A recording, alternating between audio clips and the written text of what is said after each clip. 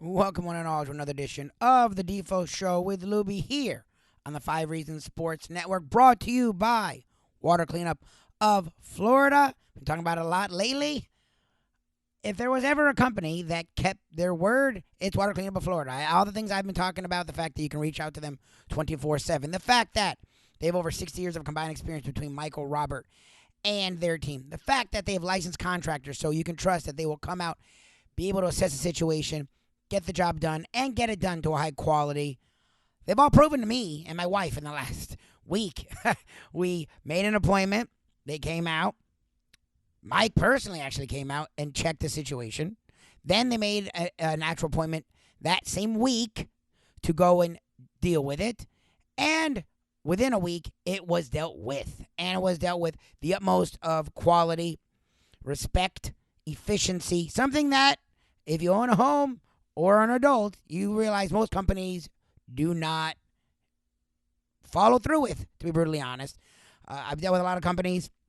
None of them have been as upfront, honest, and really, truly great as Water Cleanup of Florida. They've done it for me. They will do it for you. It wasn't a special Lubie hookup. It was just how they do business, and it's the exact thing you can expect from Water Cleanup of Florida. If you give them a call, 954-579-0356, 954-579-0356, or check their website. Reach out to them on the website, WCUFL.com, WCUFL.com for Water Cleanup of Florida. If you reach out to them during business hours, mention 5 Reasons or Lubie, you will get a free inspection. Plus, check them out on their socials as well. Facebook, Instagram, Twitter, at Water Cleanup FL. Water Cleanup of Florida. We clean up your schmutz. Talking about something that was not schmutzy. It is the banner moment in South Florida sports. Yes, the Miami Heat have won 3 titles in the last 20 years. The Miami Heat have been to 6 finals in the last 20 years. They've been to a ton of Eastern Conference finals. They have become our winning franchise in South Florida, but the franchise that had the only perfect season in NFL history, really, I think, professional sports history. The Miami Dolphins, it is the 50-year anniversary of the Miami Dolphins' perfect season. We talked with author Marshall John Fisher, who has a book out, 17-0, about that glorious season. Defo and I talked about the banner franchise, or the banner team of South Florida, the one and only 17-0 Miami Dolphins, with author Marshall John Fisher, today on the Defo Show with Lubie on the 5 Reasons Sports Network. Jeff DeForest, Mike Lubitz with you here on South Florida Live.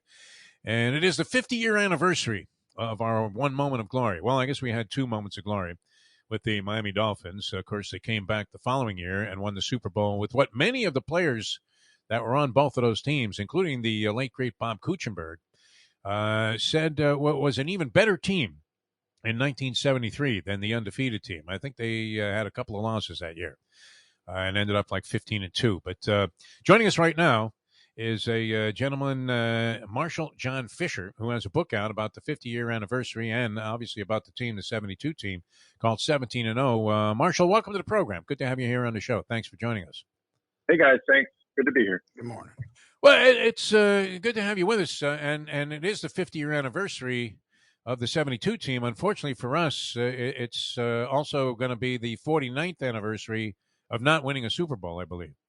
So it's been kind of tough for the Dolphin fans, but it's incredible to think that nobody's been able to do this. I know there are more games being played now, but it is quite a sporting distinction, is it not? And in your research, yeah, go ahead. Sorry, I was just going to say, 103 years now of the NFL. 53 years before them, nothing had happened, even with fewer games. And for 50 years now, it still hasn't been done. How did nobody go 14-0 when they were, playing like a 12-game season and a couple of playoff games, to win the championship? All right. What were your thoughts? Because, I had a lot of experience with these guys, as has Mike Lubitz. They're still very prominent in town, the remaining members of the team. I worked for many years with a gentleman who became a very popular broadcaster with the Dolphins, and a very distinguished guy around town, Jim Mad Dog Mandich, and he was on that club as a young player. Kuechenberg, we were very friendly with, and The thing that struck me, I moved to South Florida in 1981. These players were very prominent and still very much entrenched in community affairs and things that were going on, naturally beloved, and they sort of remain so even today. Which we don't have that kind of tradition with any other sport here in South Florida, but these were very beloved individuals, and for the most part, seemed to be a very noble crew. Yeah, it was a remarkable group of men on that team, and I was 9 years old in Miami during that season, and it always just stuck with me. And I think with anyone who grew up in Miami at that time, this to have had this team and this achievement of the perfect season, it just you remember it and you wonder if it was just nostalgia that makes you think they were this incredible group. And that's one of the things I was interested in researching this book, to find out just who these guys were. And it turned out they really were an unusual and remarkably talented group, and not just great athletes, which of course they were, but they were a very intelligent group. They later became a doctor, several lawyers, very successful businessmen, politicians. They were, and as you say, very involved in the community. So it really was a unique group of individuals, and I think that's partly what made for the perfect season. A wide variety of individuals, also. I mean, everything from Jake Scott to Dick Anderson. I mean, yeah, you really ran a full spectrum. I was going to say, I mean, how much of the book is, the first sentence of your interview with Mercury Morris? Yeah, Mark gave me a lifelong interview as well as several other people. I interviewed 11 of them. But yeah, you're funny. You mentioned Scott and Anderson. That's the perfect microcosm of the whole thing, because you couldn't find two more different guys than them. Jake Scott was a hardy animal, a bar brawler. I mean, he's just a tough guy. He's like a hockey player with a helmet. Yeah, running around with the ladies, and then you have Dick Anderson, who was the conservative married guy, clean cut. He was the designated driver basically. But the thing is, those two guys are best friends, and on this team, you had the very conservative types like Greasy and Morrill and some of the other guys, and then you have the kind of wild liberal and party guys. You have Jim Mandich, who's one of the big partiers, along with Scott and Manny Fernandez, and then you have guys who are several of the conservative guys that I mentioned are very politically conservative, and then you also have Mark Fleming and Marlon Briscoe and guys who are very liberal, and this is at a time of great, just as it is today. It always has been great conflict between the political sides, but in that year, in fact, we had both national conventions were in Miami Beach that year, so there's a lot going on with the Vietnam War and Watergate. But this team was determined. Don Shula brought them together with this maniacal goal to finally win the Super Bowl and to avenge the loss they had to Dallas in the previous Super Bowl. And they put aside all their differences and were really committed to just winning. Marshall, I know you focus on the players from that group, but I'm always curious because a lot of the times people focus on the teams they played that year and the way that they play in the playoffs, and it wasn't as dominant as the team the next year. That team was just a lot more dominant. And we look at some of the teams since. Where do people around the NFL and NFL lore put that team? Because down here, of course, my mom talks about that team like you. You were 9. My mom was a child, and she remembers that team. And it was just like Defo talks about. They were a part of the fabric of our society here in South Florida. But where do people around the NFL, if you talk to them, where do they put that team? Because I always wonder where a lot of it feels like that team gets forgotten a lot of the time. Yeah, it does. Although, in fact, on the 100th anniversary of the NFL, the league named them the greatest team of all time. Okay. Now, of course, and the funny thing is, like Zonka always likes to say that, look, undefeated, the perfect record, no one has ever done that. So by definition, you're the greatest team. But then in the next sentence, he'll say that the 73 team was even better. So he himself, but exactly. The thing is, there's no greatest team of all time. Just like there's no greatest tennis player of all time. You can't really compare different eras and say one team is the best. But what you can say in the NFL is there was one season that was the greatest achievement ever. Yeah. There's no question about that. The perfect season. So I think about that, there can't really be an argument. There's always debate, and I don't know how your interview went with Bob Greasy. I would imagine it was favorable if you did talk to him, since he was talking about one of the great accomplishments in sports history, but not necessarily an overwhelmingly outgoing personality all the time, Bob Greasy. And we got to know him. Last time I saw him, I was doing a remote from Shula's Hotel, and Larry Little has a golf tournament every year in conjunction with our friends at Hialeah Park. And it brings in a lot of people, and Greasy was playing in the thing. So, and I'd conducted interviews over the years with Greasy, and always it was fairly favorable. But he's staring at me for a long time, just standing at the table while I'm on the air. Yep. And then at the end, when I finally go to a break, he looks at me and says, "What are you doing here?" Hey, Bob, how was your breakfast? I don't know. I mean, he's a strange cat. And people would debate whether he was really Hall of Fame caliber, now known as this cerebral quarterback. And, the first stat that comes to mind is the 7 passes he threw to win the Super Bowl that year. Not exactly the catalyst, it would seem, for the level of greatness that team achieved. What are your thoughts on Greasy? Well, that's funny. Well, it's funny, first of all. I mean, my book has a lot of funny quotes of people describing him just as you just did. Especially like Mercury Morris told me that, Morrill was the old man on the team, Earl Morrill, who filled Greasy half the season. But he says the Greasy was like, Greasy acted like an old man, but Morrill actually was an old man. So there's a lot of funny quotes about Greasy. But I have to say, Greasy was a great, great quarterback. And he threw 7 passes. That's all he had to. They had such an unbelievable running attack. They didn't have to throw. And in fact, at halftime of Super Bowl 7, he told the team, "Look, in the second half, I'm only going to throw if I have to. We're just going to run the ball." And then in the Super Bowl 8, all they did was run. I mean, I think that's when he threw 6 or 7 passes. So, but the Dolphins, the thing about that team is, though, even though they almost always ran, they ran about 70% of the time, but they also had probably the best passing attack in football.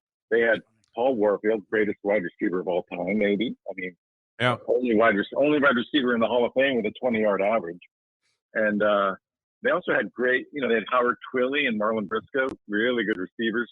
And Greasy was a great quarterback. He just, as Waterfield said to me, Greasy loved to throw and I loved to catch, but we didn't care about statistics. We did what we wanted to do, what we had to do to win. And the best way for that team to win was to just grind out the clock on the ground. Well, and they also had a couple of X factors there. You had the Butch Cassidy Sundance Kid thing with Jim Kick, who recently passed away, and the Merc was no slouch. I mean, probably not talked about enough. I'm one of what is it, 2 or 3 guys that averaged 5 yards a carry for his career, with a significant number of carries to qualify for such a stat. Yep. Yeah, he was a great runner, and it's such an exciting runner to watch. And one of the things that surprised me when I started researching this is that, Morris he had the all-time NCAA record for rushing and for like a few weeks until O.J. Simpson beat him out. They sort of had a rivalry going. And but he was, he came out of college the number 2 rusher in the country.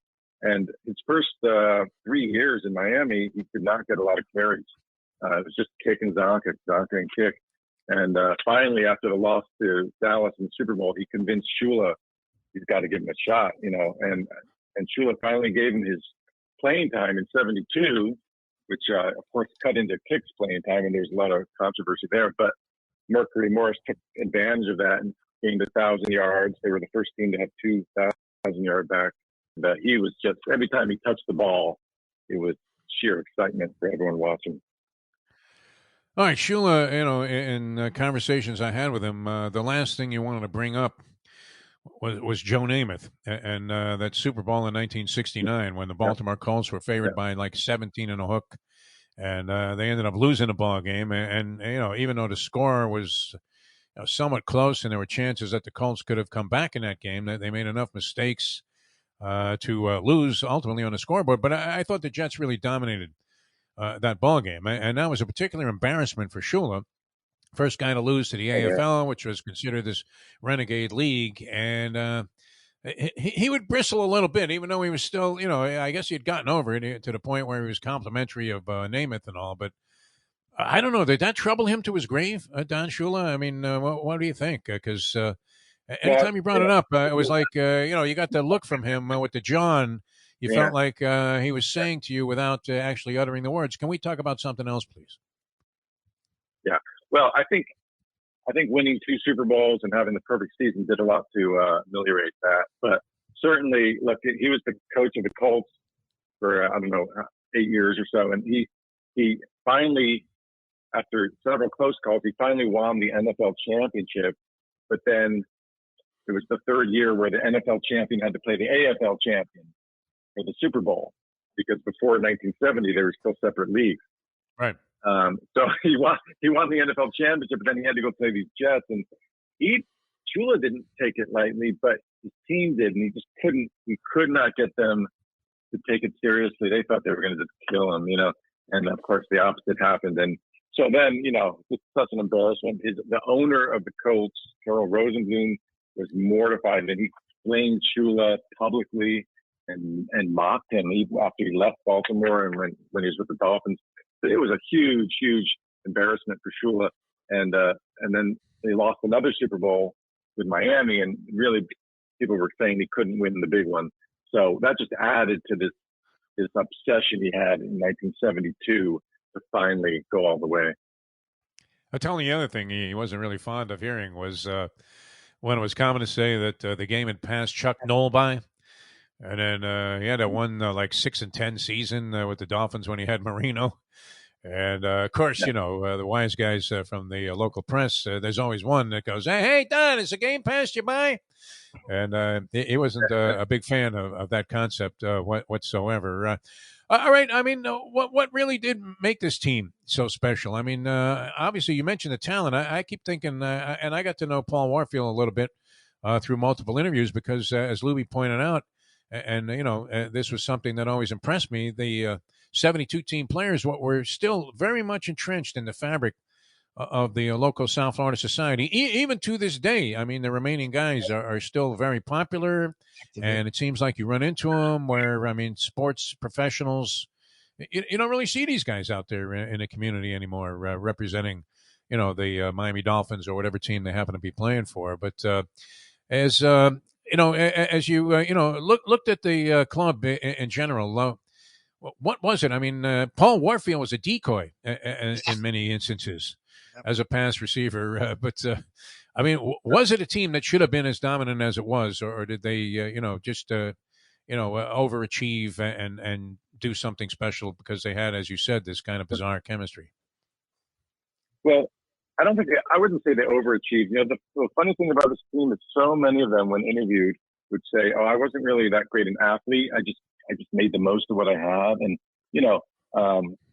and they were they were not mediocre athletes. I mean, Bob Greasy, you may not think of him as the greatest athlete, and he would say about himself, "I wasn't really that great an athlete, but all state in 3 sports, played for Purdue in 3 sports, and